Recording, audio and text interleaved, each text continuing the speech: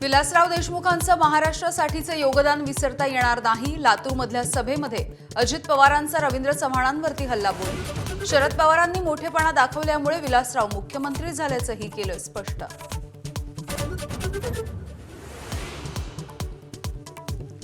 बीडच्या परळी नगर परिषदेमध्ये शिंदेंच्या शिवसेनेचे चक्क एमआयएम सोबत युती.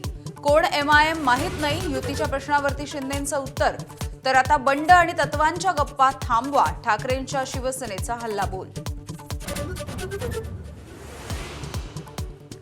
नवी मुंबई महानगरपालिकेची 3000 कोटींची एफडी 800 कोटींवरती कशी आली? नाव न घेता गणेश नाईक यांचा एकनाथ शिंदेंवरती पुन्हा एकदा हल्लाबोल. सिडकोमध्ये बिल्डरांचे दलाल असल्याचाही आरोप. मुंबईमध्ये भाजप कार्यकर्त्यांकडून 50 खोके एकदम ओकेच्या घोषणा. मुंबई महानगरपालिकेच्या चेंबूरमधल्या वॉर्ड क्रमांक 173 मधला प्रकार.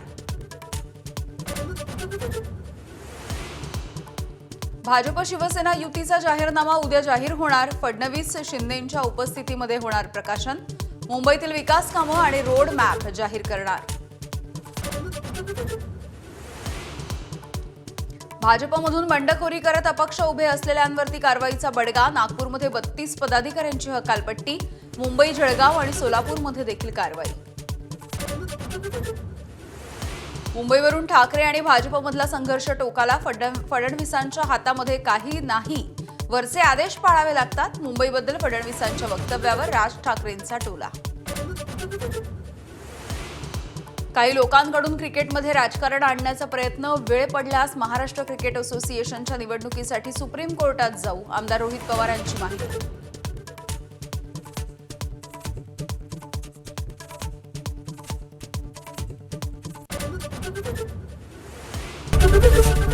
एबीपी माझा, उघडा डोळे बघा नीट.